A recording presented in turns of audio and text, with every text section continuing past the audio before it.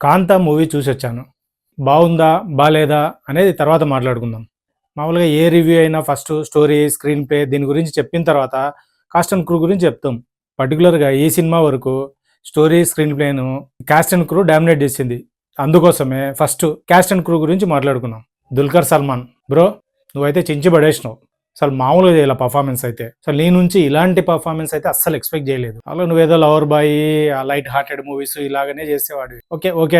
అనే ఇదే తప్ప ఈ సినిమా చూసిన తర్వాత నీలో కూడా ఇంత ఆర్టిస్ట్ ఉన్నాడనేదైతే గెస్ చేయలేదు. Hats off. సముద్రగని కూడా చాలా బాగా చేసినారు. సీన్‌లలో కంటెంట్ లేకపోయినా వీళ్ళిద్దరు పర్ఫార్మెన్స్‌తో ఆ ఇంట్రెస్ట్ అయితే క్రియేట్ చేసినారు. నెక్స్ట్ సర్ప్రైజింగ్ ఫ్యాక్టర్ ఏంటంటే రానా దగ్గుబాటి. బట్ ఈ సినిమాలో బిగ్ రిలీఫ్ ఎవరంటే మనవాడే. సో అది కూడా ఏంటి, ఆ ఇన్వెస్టిగేషన్‌లో ఫన్ క్రియేట్ చేస్తది క్యారెక్టర్. బావుంది.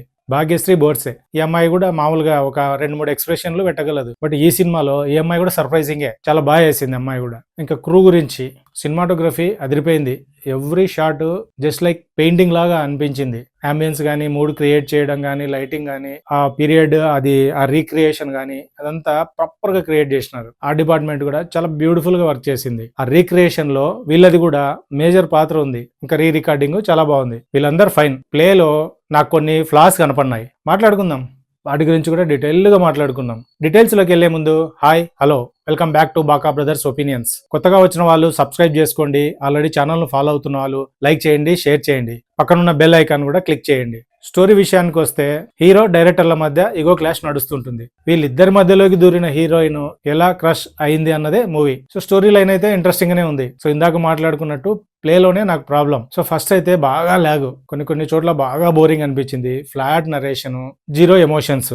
ప్లే గురించి మాట్లాడుకుంటే ఓపెనింగ్ సీన్ ఇంట్రెస్టింగ్ ఉంది. ఆ లైటింగ్ కావచ్చు, ఆ రెయిన్ ఎఫెక్ట్ లో ఇదంతా బాగుంది, ఇంట్రెస్టింగ్ గానే ఉంది. హీరో, హీరోయిన్, డైరెక్టర్ వీళ్ళంతా క్యారెక్టర్ ఎస్టాబ్లిష్మెంట్, వాళ్ళ సెటప్ ఇదంతా ఎస్టాబ్లిష్ చేసిన తర్వాత సో వరల్డ్ బిల్డింగ్ ఇదంతా ఈ స్టోరీ మొత్తము ఫిల్మ్ ఇండస్ట్రీ బ్యాక్ డ్రాప్ కాబట్టి అక్కడ సినిమాలో షూట్ జరుగుతూ ఉంటుంది. సో ఇది ఇనీషియల్ గా బాగుంది, ఇంట్రెస్టింగ్ గానే ఉంది. ఒక స్టేజ్కి పోయిన తర్వాత ఒక సాంగ్ స్టార్ట్ అవుతుంది. ఏంట్రా ఇంకా ఇది తెగదా, ఇంకా ముందుకెళ్ళదా, ఇక్కడే లూప్లో పడి కొట్టుకుంటూనే ఉంటుందా అనే క్రమంలో ఇంటర్వల్ బ్యాంగ్ అది ఇంట్రెస్టింగ్ ఉంది. ఇంకా సెకండ్ హాఫ్ ఇన్వెస్టిగేషన్, రానా దగ్గుబాటి ఎంటర్ అవుతాడు. చాలా బిగ్ రిలీఫ్ అనిపిస్తుంది మనకు. ఇంకా ఇన్వెస్టిగేషన్ ఇదంతా మనం చాలా సినిమాల్లో చూసినది. బెస్ట్ ఏంటంటే ఆ ఫన్ సైడ్ ఉండడంతో కొంచెం ఎంటర్టైన్ అవుతాము. ప్రీ క్లైమాక్స్ లో ఆ బిగ్ రివీల్స్ అవన్నీ చాలా ఫాస్ట్ గా, చాలా కన్వీనియంట్ గా ఫినిష్ చేసిన ఫీలింగ్ అయితే కలిగింది. ఇప్పుడు నచ్చిన విషయాల గురించి మాట్లాడుకున్నాం. ఓపెనింగ్ సీన్ బాగుంది. తర్వాత షూట్ లో ఒకటి స్లాప్ సీన్ ఉంటుంది, అది కూడా చాలా బాగుంది. ఇంటర్వల్ బ్యాంక్ అయితే అదిరిపోయింది. ఆ ట్విస్ట్ కూడా చాలా బాగుంది. ఇన్వెస్టిగేషన్ లో రానా దగ్గుపాటిది ఒక సర్టన్ స్టేజ్ వరకు. ప్రీ క్లైమాక్స్ లో హీరో హీరోయిన్లు సినిమాలో యాక్ట్ చేసే ఒక సీన్ ఉంటుంది, క్లైమాక్స్ సీన్, అది కూడా బాగుంది. ఆ big reveal that is fine. ఇప్పుడు నచ్చని విషయాల గురించి మాట్లాడుకుందాం. ఫస్ట్ ఆఫ్ ఆల్ ఈ హోల్ డ్రామానే చాలా ఫోర్స్డ్ గా అనిపించింది నాకు. అది ఎలాగంటే డైరెక్టర్, హీరో వీళ్ళిద్దరికి పర్సనల్ గొడవలు ఉంటాయి, ఈగో క్లాష్ ఉంటాయి కదా.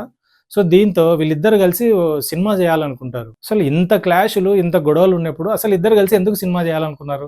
దీనికి ప్రాపర్ రీజన్ దొరకదు. అట్లీస్ట్ డైరెక్టర్ సైడ్ అయితే ఆయన వాళ్ళ మదర్ స్టోరీ చెప్పాలనుకుంటుంటాడు. సో దీనికోసము ప్రొడక్షన్ హౌస్, సో వాళ్ళు కూడా ఏంటంటే ఎమోషనల్ బ్లాక్మెయిల్ చేసేసరికి డైరెక్టరు ఓకే తప్పదు అనేటట్లు సినిమా చేయడానికి ఒప్పుకుంటాడు. మరి హీరోకి ఏమైంది? హీరో ఆల్రెడీ 10 మూవీస్ హిట్ కొట్టింటాడు, అది ఆయనే చెప్తాడు. సో అంత బిజీగా ఉండి అంత ఇది ఉన్నప్పుడు ఈ సినిమా పర్టికులర్ గా ఆయనకు నచ్చనంటే ఆయనకి ఇష్టమే, బట్ ఈ సినిమా ఎందుకు చేయాల్సి వచ్చింది అంటే స్క్రిప్ట్ అద్భుతమా, లేకపోతే ఇది మిస్ అయితే లైఫ్ లో ఏదో మిస్ అవుతుందనా, లేకపోతే ఆ స్క్రిప్ట్ కైనా పర్సనల్ కనెక్ట్ అయినాడా, ఏది ఆ రీజన్ ఏముండదు. సరే ఏదో డిఫరెంట్ రీజన్ వల్ల వచ్చి డబ్బుల కోసమో దేనికి వచ్చి చేస్తున్నాడు అనుకో. ఆ షూటింగ్ టైంలో కూడా డైరెక్టర్ హీరోను అందరి ముందు చాలా హ్యూమిలియేట్ చేస్తాడు. అయినా కూడా ఆయన భరిస్తుంటాడు. ఎందుకు అంత భరించి చేయాల్సినంత నెసెసిటీ ఏముంది అదైతే మనకు తెలియదు. సో ఈ రీజన్స్ ప్రాపర్ గా లేకపోవడం వల్ల సినిమా అంతా ఫోర్స్డ్గా అనిపించింది. అంటే క్రియేట్ చేసిన సీన్లు కావచ్చు, సిచ్యువేషన్స్ కావచ్చు, ఈవెంట్స్ కావచ్చు, ఇవన్నీ ఫోర్స్డ్గా అనిపించింది. సో దాంతో ఏంటంటే ఎమోషనల్ గా ప్రాపర్ గా కనెక్ట్ అవ్వలేకపోయినా, ఇది మేజర్ డ్రాబ్యాక్ అనిపించింది నాకు. నెక్స్ట్ సముద్రగని క్యారెక్టర్, ఇది కూడా ప్రాపర్ గా ల్యాండ్ కాలేదేమో అనేది నా ఫీలింగ్. ఎందుకంటే ఆయన మంచోడా చెడ్డోదా లాస్ట్ వరకు తెలియదు మనకు.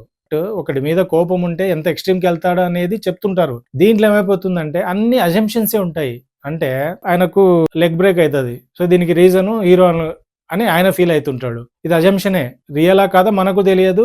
ఆయన హీరోని అడిగినా కూడా హీరో కూడా ఏం చెప్పాడు. అట్ సేమ్ టైం మళ్ళీ హీరో పాయింట్ ఆఫ్ వ్యూ కూడా అంతే. ఒక 2 ఇలాంటి ఇన్సిడెంట్స్ జరిగితే ఆయన కూడా అజంప్షనే. సో, మొత్తం అజంప్షన్ అది నిజమా? సరే ఆ క్యారెక్టర్‌ల మధ్యన అజంప్షన్ ఉందంటే ఓకే. వాళ్ళలా ఫీల్ అవుతున్నారంటే ఓకే. అట్‌లీస్ట్ ఆడియన్స్ కన్నా మనకన్నా క్లారిటీ ఇవ్వాలి గదా! అరే! ఇది ఈయన జేసినాడా? లేదా? వాన జేసినాడా? లేదా? అనేది ఆ క్లారిటీ మనకుండదు. ఊరికే చూపులు చూసుకుంటుంటారు. అవునా అంటే అవును. నీ ఇష్టం. చేసినా అంటే చేసినా అన్నట్లు, లేదు అంటే లేదు అన్నట్లు. అది మనకే వదిలేస్తారు వాళ్ళు. చెప్పాల్సింది మెయిన్ అవి గదా! అవి జెప్తే సో, ఈ క్యారెక్టర్‌లు ఇగోతో ఎంత ఎక్స్‌ట్రీమ్‌కెళ్తున్నాయనేది మనకు ఆ భయము, ఆ టెన్షను మనకొస్తది. అవేం చూపించకుండా డైరెక్ట్ ఇంపాక్ట్ చూపిస్తారు. చూపించిన తర్వాత ఏం తెలుస్తది? ఎట్లా గుద్దినాడు? ఏంటి? కారుతో ఇదంతా సీన్‌ని బిల్డ్ చేసి దాన్ని చూపిస్తే మనకు ఆ ఎక్సైట్‌మెంట్ ఒస్తది. సో, ఆ సైడే ఎళ్ళలేదు. ఎందుకంటే బయటికెళ్తే మళ్ళీ రీక్రియేట్ చేయడం కష్టమనేమో.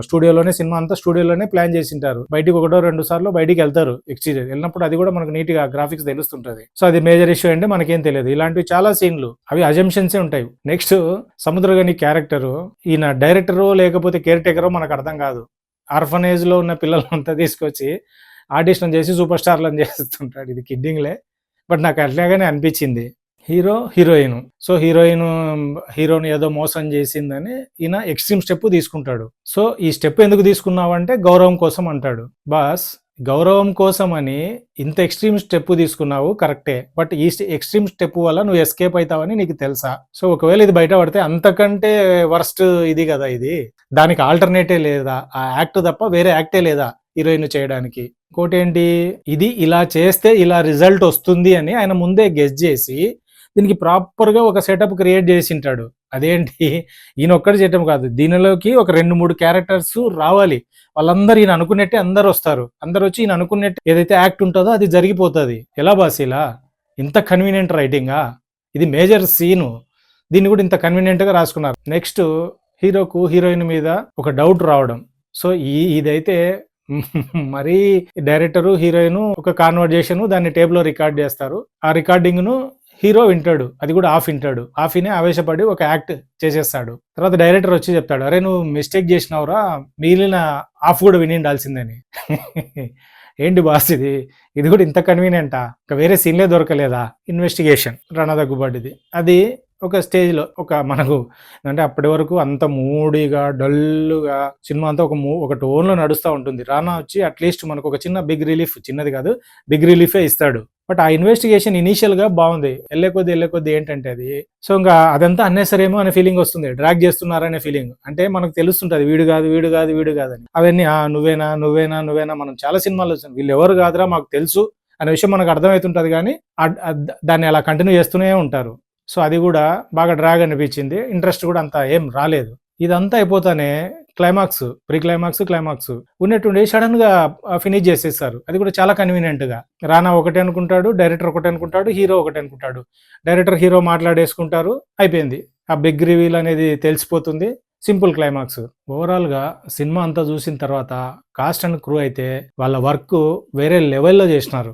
స్క్రీన్ ప్లేనే కొంచెం బెటర్‌గా రాసుకుంటే నిజంగా వెల్ క్రాఫ్టెడ్ మూవీ అయ్యేదనేది నా పర్సనల్ ఫీలింగ్. సినిమా చూసిన తర్వాత మీకేమనిపించిందో కింద కామెంట్ రూపంలో చెప్పండి. ఇంకొక ఇంట్రెస్టింగ్ వీడియోతో మళ్ళీ కలుద్దాం. అంతవరకు Tata, by by, good bye.